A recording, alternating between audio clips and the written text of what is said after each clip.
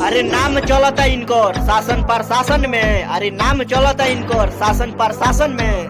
सुधर जा सरे बेटा, इजंगन सोनू निषाद आरा जिला के, इनका टाइम ना लगी तोरा के धांसत में।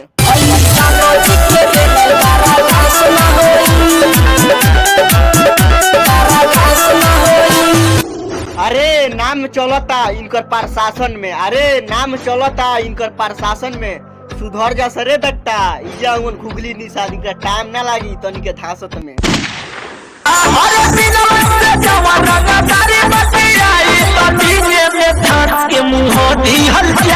अरे महफिल में रंगदारी मचा दसन, काहे से दिन आज तबाही के बा।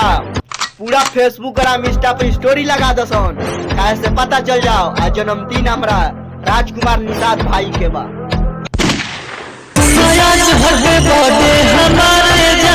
आज पार्टी होई